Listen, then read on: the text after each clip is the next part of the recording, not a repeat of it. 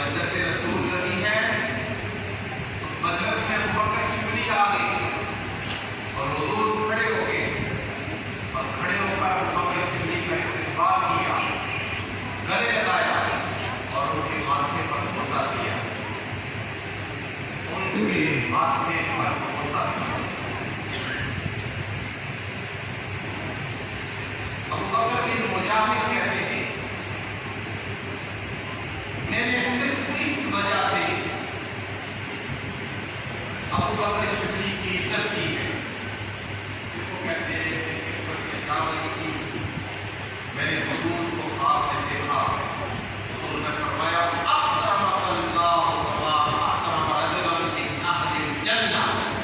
اللہ تجھے بھی عزت عطا کرے کہ تجھے جنتی آدمی کو عزت عطا کرے۔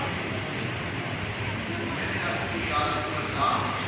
کہ ابو بکر شبلی کو ہم دیوانہ کہتے تھے اور آپ نے اتنی عزت دی،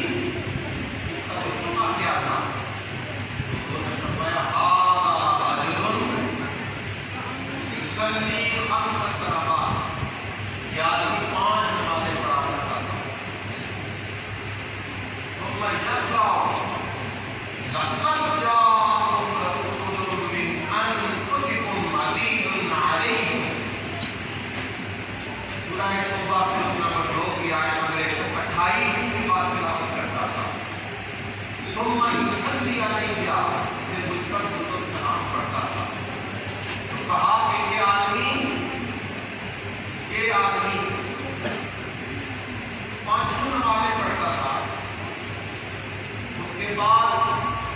سورہ توبہ کی آیت نمبر 128 تلاوت کرتا تھا، اس کے بعد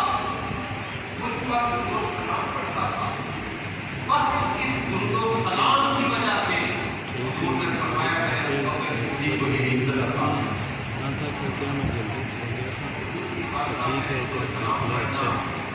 یہ بڑے اعزاز کی بات ہے۔ حضرت میاں شیر محمد شفیع رضی اللہ تعالیٰ عنہ نے فرمایا کرتے تھے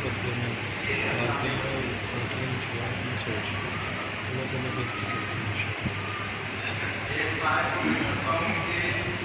ان کے پاس جتنے بھی چہرے بیٹھے ہوتے ہیں سوائے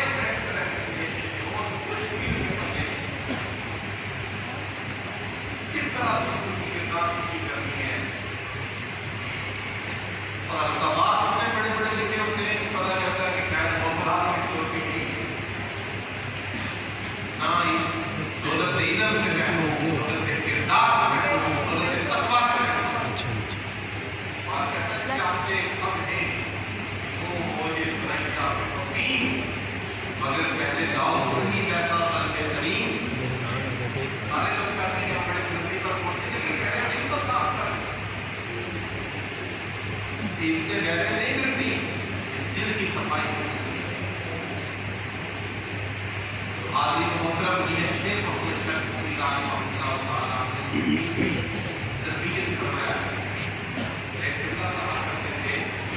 کہ میرے مریدین 2 چیزوں کی گارنٹی مجھے دے دیں، میں محمد کا غلام ہونے کے ناطے میں جنت کی گارنٹی دیتا ہوں۔ ایک گارنٹی یہ دینے کہ مسجد میں دنیاوی باتیں نہیں کرتے ہیں، ہم نے کوئی چیزوں کا کہتے ہیں کہ جب مسجد میں جائیں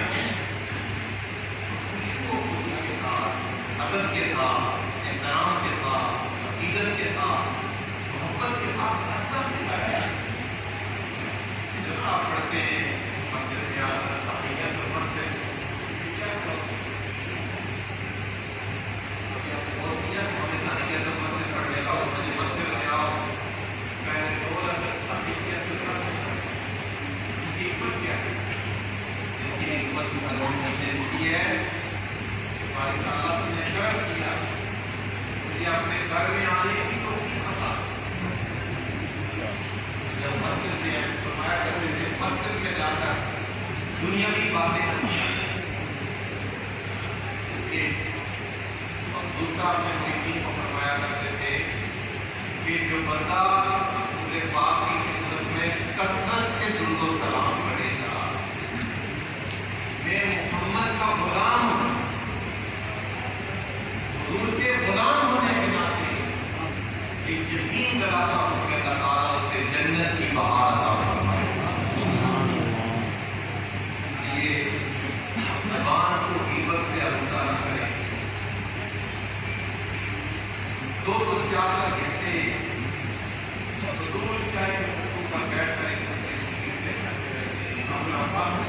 جانے حضور نے فرمایا